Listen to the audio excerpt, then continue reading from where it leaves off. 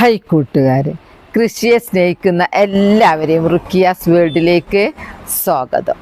ഞാൻ ഇന്ന് നടിയിൽ പരിപാടിയൊന്നുമല്ല, പൂക്കളെ കാണിക്കുകയല്ല, വിളവെടുപ്പൊന്നുമല്ല. ഞാൻ ഇന്ന് ഒരു പ്രത്യേകതരം ചീരയുണ്ട്, ഒരു ഔഷധ ഗുണമുള്ള ഒരു പ്രത്യേകതരം ചീരയുണ്ട്. അതിനൊന്ന് പരിചയപ്പെടുത്താൻ വേണ്ടിയിട്ടാണ്. കുറേ തരം ചീരകളുണ്ടല്ലോ, പച്ചച്ചീര, ചുവന്ന ചീര, ചീരച്ചേമ്പ്, പൊന്നാങ്കണ്ണി, മുരിങ്ങച്ചപ്പ്, മത്തൻചപ്പ്, അങ്ങനെ പലതരം ചീരയുണ്ടല്ലോ. അതിൽപ്പെട്ട ഒന്നുമല്ല, വേറൊരു തരം ചീരയുണ്ട്. നിങ്ങൾക്ക് പരിചയമുണ്ടോ അല്ലേ അറിയില്ല, കുറേ പേർക്ക് അത് അറിയില്ല എന്ന് പറയും. ആ ചീരയൊന്ന് ഞാൻ പരിചയപ്പെടുത്തി തരാം, കാണിച്ചു തരാം. അതെങ്ങനെ ഉണ്ടാക്കുന്നതെന്നെല്ലാം ഞാൻ പറഞ്ഞു തരാം. നവി, ഇതാണ് ആ ചീര. ഇതിൻ്റെ ഇല കണ്ടാലുണ്ടല്ലോ, ഇതിൻ്റെ ഇല കണ്ടാൽ നമ്മളെ കപ്പൻ്റെ ഇല, കർമൂസിൻ്റെ ഇലയൊക്കെ പോലെ ഉണ്ടാവും. ഈ ചീര ഒരു ദിവസം എനിക്ക് ആദ്യമല്ലായിരുന്നു. ഈ ചീര എനിക്ക് കിട്ടിയപ്പോൾ ഞാൻ വിചാരിച്ചു ഇതെന്താ ഒരു കപ്പൻ്റെ ഇല പോലെയൊക്കെയെന്ന് ഞാൻ വിചാരിച്ച് നോക്കുമ്പോൾ നല്ല ഔഷധമുള്ള ഒരു ചീരയായത്. പിന്നെ ഞാൻ പഠിച്ചു, ഇതിനെക്കുറിച്ചൊന്ന് ഞാൻ പഠിച്ചു. അങ്ങനെ ഞാൻ ഇവിടെ കുറേ നട്ടു. ഇത് വേഗം മുളച്ചുണ്ടാവും. പിന്നെ ഇത് ഓരോരുത്തർ പറയും ഇത് തിന്നാൻ കൊള്ളില്ല, ടേസ്റ്റ് ഇല്ല, മറ്റ് ചീരനെ പോലെയല്ല, ഒരാണ്. പിന്നെ ഒരു കട്ടുണ്ട്, ഇത് കഴിച്ചാൽ മരണം വരെ സംഭവിക്കൂ, അങ്ങനൊക്കെ പറയാറുണ്ട് ഓരോരുത്തർ. എന്നാൽ ഇത് കഴിച്ചാൽ ഒരു കുഴപ്പമില്ല, നല്ല ടേസ്റ്റാണ്, മരണം സംഭവിക്കൂല, നമുക്ക് ആരോഗ്യം കൂടിയുള്ളൂ. എങ്ങനെയാണെന്നറിയോ, ഇത് കഴിക്കും പോലെ കഴിക്കണം. ഇത് പച്ചക്ക് തിന്നാൻ പറ്റില്ല. ഇതിന് കട്ടുണ്ട്, വിഷാംശം ഉണ്ടെന്നൊക്കെ പറയുന്നത് എന്താണെന്നാ, ഇത് ഒരു തരം ഒരു ദ്രാവകം പോലത്തെ ഒരു വെള്ള ഒരു കട്ടുണ്ട്. ഇത് കണ്ടില്ലേ, ഇതിങ്ങനെ പച്ച തിന്നാൽ അപകടകാരിയാണ്. അവർ പറഞ്ഞത് സത്യമാണ്. ഇതാ ഈ ഒരു കട്ട് കളയണം. അത് കട്ട് കളഞ്ഞു കഴിഞ്ഞാൽ ഇത് കഴിച്ച് തോരൻ ഉണ്ടാക്കി നമ്മൾ കഴിച്ചാൽ മറ്റ് ചീരകളൊക്കെ തോറ്റുപോകും. അതിനേക്കാളും ഔഷധ ഗുണമുള്ള ഒന്നാണ് ഇത് നമ്മൾ ആഴ്ചയിൽ 2 പ്രാവശ്യമെങ്കിലും കഴിച്ചിരിക്കണം എന്നാണ്. അപ്പോൾ ഇത് എങ്ങനെയാണ് കഴിക്കേണ്ടതെന്നുള്ളത് ഞാൻ പറഞ്ഞു തരാം. ഇതിൻ്റെ പേരറിയില്ലല്ലോ, ഇതിൻ്റെ പേര് പറയാൻ വിട്ടുപോയിട്ടുണ്ടോ. ഇതിൻ്റെ പേരാണ് ചായമൻസ. എന്തെല്ലാം ചീരകൾക്ക് പേരുണ്ട്.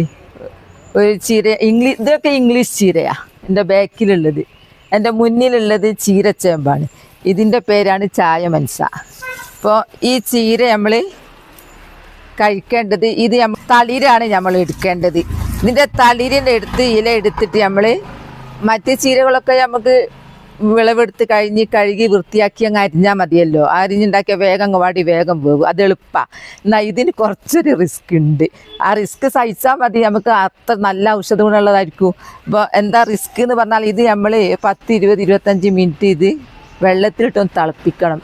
അല്ല ആവിക്ക് വെച്ചാൽ മതി. തുറന്നിട്ട് തിളപ്പിച്ച് കഴിഞ്ഞിട്ട് ഇതിൻ്റെ കട്ടങ്ങ് പോക്കണം. അങ്ങനെ കട്ട് പോക്കി കഴിഞ്ഞ് നമ്മൾ ഉണ്ടാക്കുകയാണെങ്കിൽ നല്ല സൂപ്പർ ചീരയായത്. എന്നാൽ പിന്നെ നമുക്ക് ഇത് കട്ടങ്ങ് പോയി പേടിക്കണ്ടല്ലോ, അങ്ങ് മരണമൊന്നും സംഭവിക്കൂല. നല്ല കുട്ടികൾക്കൊക്കെ കൊടുക്കാൻ ഫസ്റ്റാണ്. ഇതിൻ്റെ ഗുണങ്ങൾ അറിഞ്ഞാൽ നമ്മൾ ഇടയ്ക്കിടയ്ക്ക് ഇത് ഉണ്ടാക്കും.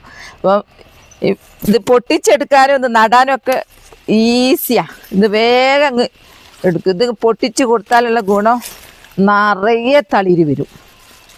നടാനൊക്കെ എന്തൊരു എളുപ്പമെന്നറിയോ. ഇത് കൃഷി ചെയ്യാൻ അറിയാത്തവർ, ഞാൻ നട്ടുണ്ടാക്കിയ ഒന്നും ഉണ്ടാവില്ല എന്നൊക്കെ പറയുന്നവരില്ലേ, അവർക്ക് ഇത് ഫസ്റ്റ് ഇത് നട്ടാൽ മതി. ഇത് നമ്മളിങ്ങനെ പൊട്ടിച്ചെടുത്തിട്ട് ഇങ്ങ് വലിച്ചെറിഞ്ഞാൽ മതി, ഇത് മുളക്കും. ഇതിൻ്റെ ഇലയൊക്കെ എടുത്തിട്ട് ഈ തണ്ട് ഭാഗം എടുത്ത് വലിച്ചെറിഞ്ഞ് കുറച്ച് ദിവസം നോക്കേണ്ടി നമ്മൾ വീണ്ടും തളിരിങ്ങനെ വന്നിട്ടുണ്ടാവും. അപ്പോൾ നമുക്ക് വീണ്ടും തോരൻ ഉണ്ടാക്കാം. അപ്പോൾ നമ്മൾ എടുക്കേണ്ട ഭാഗം ഇതാണ് തളിര് ഭാഗം. ഒന്ന് നട്ടാൽ മതി, ഒരു ചെടി നട്ടാൽ മതി. പിന്നെ കുറേ കാലം ഈ ചെടി ഇങ്ങനെ വിസ്താരത്തിലുണ്ടായിക്കോളും. കാരണം നമ്മളതിൻ്റെ മേൽഭാഗം കട്ട് ചെയ്തെടുക്കുന്നുണ്ടല്ലോ. അപ്പോൾ ചുറ്റും ശാഖകളുണ്ടാവും. ചുറ്റും ശാഖകളുണ്ടായാൽ നമുക്ക് ഇടയ്ക്കിടയ്ക്ക് പോയിട്ട് ഇങ്ങനെ വിളവെടുക്കാമല്ലോ. ഏതൊരാൾക്കും, ഒരു വിവരമില്ലാത്ത കൃഷിയോട്ട് ഒന്നും അറിയാത്ത ഒരാൾക്ക് മണ്ണുണ്ടായാൽ മതി, ഇതങ്ങ് നട്ടു കൊടുത്താൽ മതി. എന്താ സൂപ്പർ എന്നറിയോ. അപ്പോൾ ഇതിൻ്റെ ഈ മേൽഭാഗത്ത് നിന്ന് കട്ട് ചെയ്തിട്ട് അതിൻ്റെ നേരിയ തളിരില എടുത്ത് അരിഞ്ഞ് നമ്മൾ ആവിക്കൊന്ന് വെച്ച് അതിൻ്റെ കട്ട് പോക്കിയിട്ട് നമ്മൾ പിന്നെ സാധാ തോരൻ ഉണ്ടാക്കും പോലെ ഉണ്ടാക്കി കഴിഞ്ഞാൽ ഇത് നല്ല സൂപ്പറാണ്.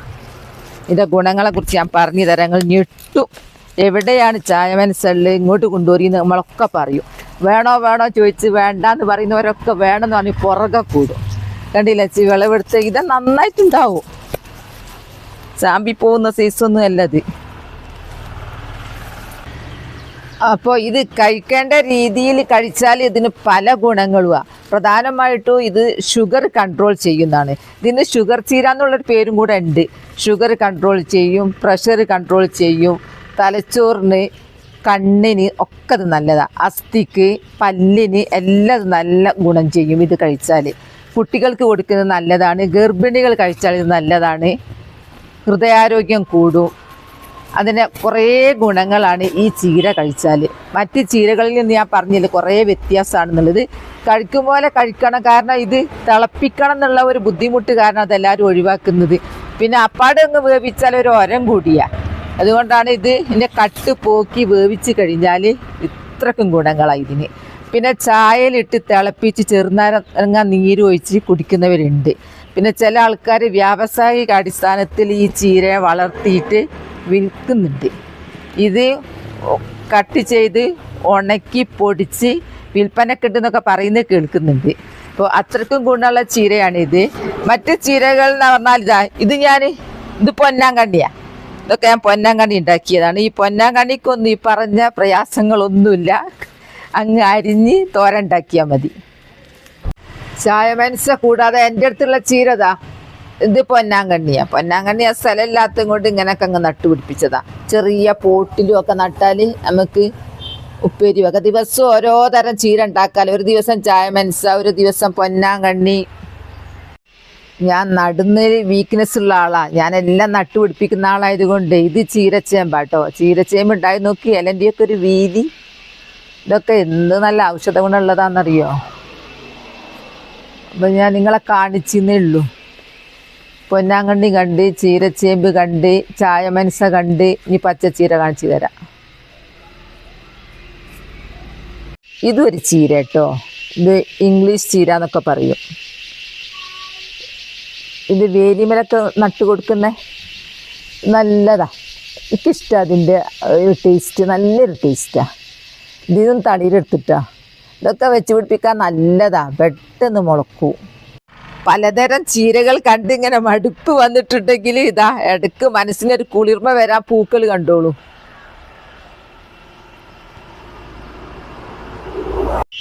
ഇലക്കറിൻ്റെ കൂട്ടത്തിൽ ഇതാ വേറൊന്ന് മുരിങ്ങയില.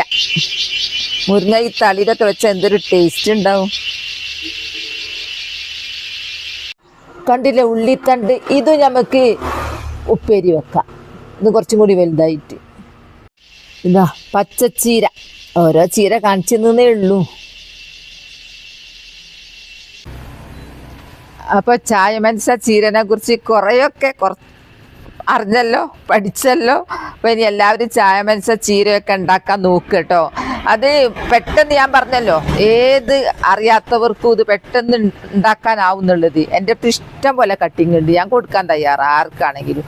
ഇത് അങ്ങ് നട്ട് കഴിഞ്ഞിട്ടുണ്ടെങ്കിൽ വേഗം അങ്ങ് മുളച്ച് വന്നാൽ നിങ്ങൾക്കും വേറെ ആൾക്കാർക്കും കൊടുക്കുക. അങ്ങനെ കിട്ടുന്നതിലൊക്കെ പൊട്ടിച്ചാൽ കൊടുത്തു കഴിഞ്ഞാൽ എല്ലായിടത്തും ഇത് ഉണ്ടായിക്കോളുമല്ലോ.